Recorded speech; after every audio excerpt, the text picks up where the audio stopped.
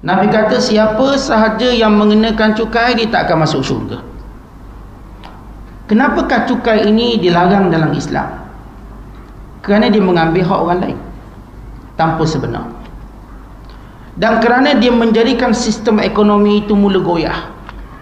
Tuan-tuan, bila seorang kenakan cukai, maka si peniaga bagaimana nak cari untung, maka dia akan charge balik pada customer dia, dan customer ni pula mungkin charge pada orang berikutnya, maka penindasan itu dinamakan berantai.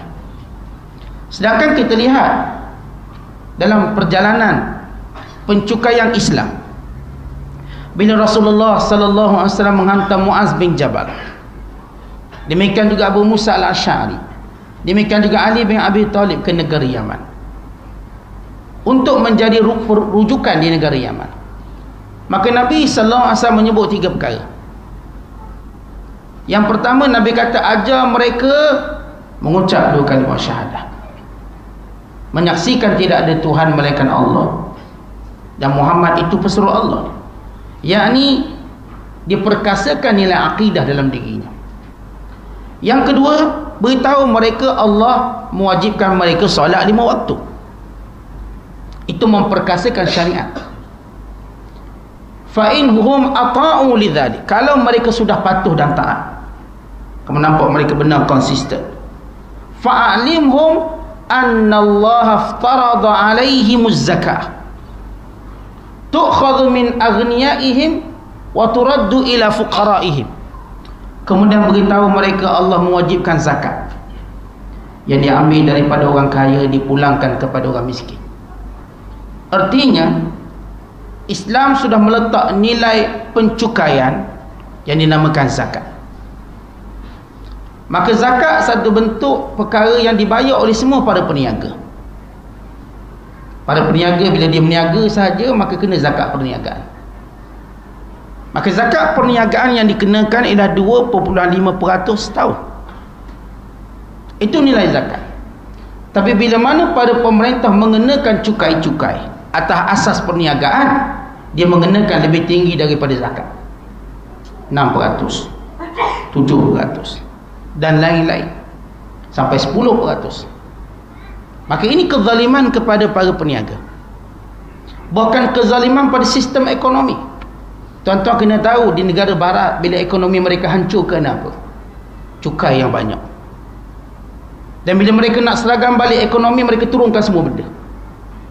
Itu kaedah yang mereka tak dapat tidak mesti ambil. Kerana setiap orang akan bertindak berdasarkan cukai yang dikenakan pada mereka. Oleh sebab itu tuan-tuan sekalian, cukai ini saya pernah sebut, haram diluluskan melainkan melalui syura para alim ulama. Kita ada majlis fatwa kebangsaan, pada mufti, para alim ulama. Oleh kerana masalah mengambil wang orang ni tak boleh senang-senang. Kerana kalau tuan-tuan ambil wang orang senang-senang, maka jadilah apa yang disebut oleh Rasulullah muflis di hari akhirat kelak. Walau sembahyang, walau puasa, walau sekian-sekian. Maka kelak kerana kita mengambil hak orang tanpa diizinkan oleh syarak, maka diberikan seluruh kebaikan ketaatan kita kepada orang yang kita ambil hak dia. Harta hak besar. Sehingga Nabi SAW berkata kepada orang yang mati syahid, bahawa orang bila dia berperang, dia mati syahid, dia ampunkan semua dosanya melainkan hutang dia dengan orang. Kerana hak harta yang besar. Sebab itu cukai ini hak harta. Bila tuan-tuan tahu cukai GST yang nak dibuat bulan 4, sebagai satu pandangan, kita bukan cerita politik, cerita hukum syarak, bahawa kita dah beritahu perkara ini mesti dibincangkan di peringkat para ahli ulama. Maka para ulama membincangkan hukum cukai GST dalam Islam, yang memang sepatutnya majlis fatwa mengeluarkan fatwa, kerana ia isu besar. Isu yang saya katakan menandingi nilai zakat. Tuan-tuan bila berniaga, tuan-tuan dah ada nilai zakat 2.5. Bila dikenakan cukai lain, menyebabkan orang tinggalkan zakat untuk membayar cukai yang lain, menyebabkan orang, tuan-tuan, mengenakan charge yang lebih tinggi kepada orang lain, menyebabkan tuan-tuan mula yang kita katakan berlaku kececeran ataupun berlaku kebocoran. dalam memanfaatkan cukai itu sendiri. Asas cukai itu sendiri. Bila untung, nak bawa ke mana? Kalau dikatakan maslahat negara dan sebagainya, yang kita nampak rakyat tidak mendapat maslahat dia. Hanya ia satu istilah untuk menghalalkan. Sebab itu tuan-tuan, bila madi fatwa bersidang, dilantik seorang, membentangkannya. Bila yang membentangkan kertas kerja ini beritahu cerita pada saya sendiri, dibentangkan depan Menteri Kabinet, dibentangkan di hadapan mufti-mufti Malaysia, dibentangkan di hadapan menteri-menteri besar Malaysia. Suatu kertas kerja yang begitu lengkap, buat perbandingan, yang akhir natijah menunjukkan bahawa cukai GST hukumnya haram, dan ia tidak dibantah dalam perbantangan tersebut oleh mana-mana mufti di Malaysia. Oleh kerana majlis fatwa kebangsaan, dia nak rilis suatu fatwa, tuan-tuan, dia perlu dapat keizinan. Walaupun saya kata, Syekh, entah kena rilis benda ni, kita tak boleh, Syekh, lagi tak ada signal, kita tak boleh nak rilis benda ni. Walaupun itu hukumnya, dan tidak dibantah dari sudut penilaian hukum. Walaupun mereka berkata, dalam saya baca beberapa komen, misalnya beberapa pengarah Yaping kata, zaman Umar pun mengenakan cukai, tak boleh kata GST haram atau cukai sekian, zaman sekian-sekian. Tuan-tuan sekalian, kita kena kupas secara tepat tentang persoalan cukai dalam Islam. Kita lihat bagaimana saya katakan, hak harta satu hak yang sensitif, dia bukan senang-senang. Sebab itu bila hak harta, Allah Ta'ala turunkan ayat harta pusaka. Bila hak harta, tuan-tuan, Allah tentukan bagaimana suami wajib beri nafkah pada isteri, dan bila mana isteri tak dapat hak tersebut, dianggap sebagai nafkah tertunggak. Bila berkait dengan harta, bagaimana tuan-tuan Islam menurunkan ayat-ayat, hadis-hadis tentang zakat. Baik tuan-tuan menternak kambing, ada terus zakat. Ternak lembu, cocok tanah, meniaga, Islam dah letakkan nilai zakat sebagai hak harta untuk mengelakkan mana-mana pencukaian baru. Yang pencukaian ini pasti lebih menindas dan tidak punya roh dan tidak punya keberkatan. Tak ada keberkatan. Tuan-tuan lihat bila mana penduduk Kristian menghantar surat kepada Sultan Muhammad Fatih, bukan sebelumnya Sultan Muhammad Murad yang kedua, bahawa mereka nak menolong Muhammad Fatih. Kerana Muhammad Fatih menyerang kota Istanbul ataupun Konstantinopel, kerana pemerintahnya mula mengenakan cukai lebih tinggi dan lebih tinggi. Kerana mereka mengetahui dalam Islam cuma ada zakat. Mereka mengetahui tidak ada bebanan itu. Sebab itu tuan-tuan, kita belajar ekonomi Islam. Saya 5 tahun mengajar ekonomi Islam. Bila kita bincang tentang Baitul Mal, institusi yang hari ini kalau tuan-tuan boleh namakan pembendaharaan negara, atau mungkin kita nak iras-iras seperti pembengkak, di mana mengumpulkan segala nilai keuangan. Tuan-tuan, kita lihat negara Islam sejak zaman Nabi SAW, walaupun Baitul Mal tidak ada secara jelas zaman Rasulullah, berbunga pada zaman Abu Bakar As-Siddiq, bersistem pada zaman Umar Al-Khattab, berleluasa pada zaman Sayyidina Uthman, dan sekejap tersekat pada zaman Sayyidina Ali, kemudian kembali meluas pada kerajaan Umayyah, demikian Abbasiyah. Tuan-tuan lihat sumbernya apa? Apakah sumber yang dikenakan, ataupun apakah sumber yang menjadi dana kepada Baitul Mal? Di antaranya lah harta yang dijumpai, yang disebut luqatah. Mana-mana harta yang dijumpai, yang tidak dituntut oleh tuan, dipanggil luqatah. Yang kedua ialah harta faraid, yang tiada punya waris, maka dikembalikan ke Baitul Mal. Contoh, seorang mati, dia cuma ada isteri atau ada suami. Tuan-tuan kena ingat, suami tidak boleh ambil harta, semua harta isteri. Suami hanya berhak dapat 1/2 atau 1/4.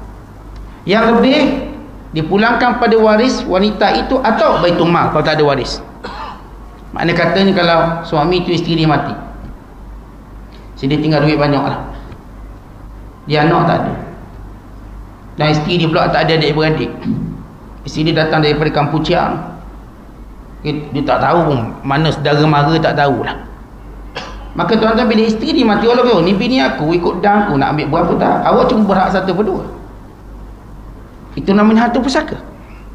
Yang 1/2 lagi pulang pada Baitul Mal. Dia tak ada ambil. Tapi orang kita dia ambil belaka. Bini aku kan, dia lupa bahawa harta Allah letakkan satu peraturan. Allah berfirman, walakum nisfu ma taraka azwajukum illam yakul lahunna walad fa in kana lahunna waladun falakumur rubu' mimma taraks. Dan bagi kamu 1/2 daripada harta yang ditinggalkan oleh isteri kamu kalau mereka tidak punya anak. Dan bagi kamu 1/4 kalau isteri kamu punya anak. Nas qat'i. Suami Allah tak sebut ambil belaka. Tengok si suami dia cuma ambil 1/2 atau 1/4. Tengok ada anak atau tak ada anak. Yang lebih, kalau tidak ada waris-waris perempuan itu pulangkan Baitul Mal. Si isteri pula, dia cuma berhak ambil 1/4 atau 1/8. Walaupun dia kata, ustaz ni suami saya, dia tak ada anak, saya pun tak ada anak. Dia tak ada adik-beradik, saya pun tak ada adik-beradik. Atau lebih tepat, kita mengambil adik-beradik si mati. Jadi suami saya tinggal duit sekian-sekian ribu, saya nak ambil belaka lah, saya bini dia. Tak boleh. Allah sebut dalam Quran. Allah Ta'ala menyatakan, walahunnar rubu'u mimma taraktum illam yakul lakum walad fa in kana lakum walad falahunna thumunu mimma taraktum. Bagi isteri itu 1/4 sekiranya kamu tidak punya anak, dengan apa yang kamu tinggalkan daripada harta benda. Dan bagi mereka 1/8 kalau kamu punya anak. Artinya jelas nas begitu. Apa yang saya nak sebut di sini tentang nas, bahawa harta ni tuan-tuan jangan diambil melainkan dengan nas. Dia tak boleh suka-suka kita nak buat cukai itu, buat cukai ini, kononnya kita nak buat benda ni, tak. Baik, kita pergi pada zaman Umar Khattab. Mereka berkata Umar Khattab mengenakan cukai. Baik, secara ilmiah, secara jujur, supaya kita tidak tuhmat Umar melakukan suatu benda yang Nabi sendiri menyebut la yadkhul jannata sahibu maksin. Takkan masuk syurga yang mengenakan cukai. Mana-mana pemerintah yang mengenakan cukai, dia masalah ke syurga. Mengambil hak, ada orang yang berkait dengan golongan ini. Baik, lihat Umar Al-Khattab. Zamannya zaman kemewahan, yang menyaksikan bagaimana pembendaharaan diisi dengan kekayaan kerajaan Rom dan Parsi. Daripada harta rampasan, ghanimah, dan daripada harta faid, yang harta perang yang ditinggalkan oleh musuh. Daripada zakat, daripada kharash, yang dicukai tanah, yang dikenakan kepada orang kafir yang mengusahakan tanah, dengan nilai mengikut keadaan, setengahnya mengikut misahah keluasan, setengahnya mengikut logistik, duduk kat mana tanah tu. Dan cukai ini juga berasaskan kepada hasil yang ada, di mana Umar Al-Khattab pernah memulangkan bila mana petani kafir tiba-tiba hasil pertaniannya musnah disebabkan boh atau sebagainya, maka tidak diambil sebagai cukai, kerana melihat kerugian yang ditanggung olehnya. Artinya kalau tuan-tuan lihat dasar Islam zaman Umar Al-Khattab yang saya katakan sumber kekayaan yang melimpah ruah, Umar tidak senang-senang mengenakan cukai melainkan dengan nas, bukan dengan menanyakan para alim ulama. Soalan kita, bila kita buat sesuatu, tanya alim ulama atau tidak? Kita ikut cara dasar sekular yang tak ada nas, dia ikut suka dia buat. Even polis pun dia nak kenakan saman berapa ratus, 300, dulu nak naik 600, dia mesti ada satu kewajaran kenapa dia nak naik. Sebab ini mengambil harta orang. Kalau setiap kesalahan dihukum dengan mengambil harta, mudaratnya besar, mudaratnya cukup besar. Tuan-tuan bayangkan, kena saman 2 kali 1,200, katakan 600 kali saman, dia nak kira bayar macam mana? Dia kekal jadi penjenayah, dia kekal jadi orang salah, dia tak nak bayar. Tanya polis-polis, berapa kali sama orang bayar, orang tak nak bayar. Kan ini melibatkan wang. Bila dikurangkan, orang pun berebut bayar. Menunjukkan bagaimana apa yang dilakukan cuma menambahkan jumlah pesalah dan penjenayah, dan menjadikan manusia, tuan-tuan, bila tertanam rasa salah dalam dirinya, dia akan terus berkembang jadi orang jahat. Dia akan jadi lebih teruk, lebih teruk, lebih teruk, lebih teruk.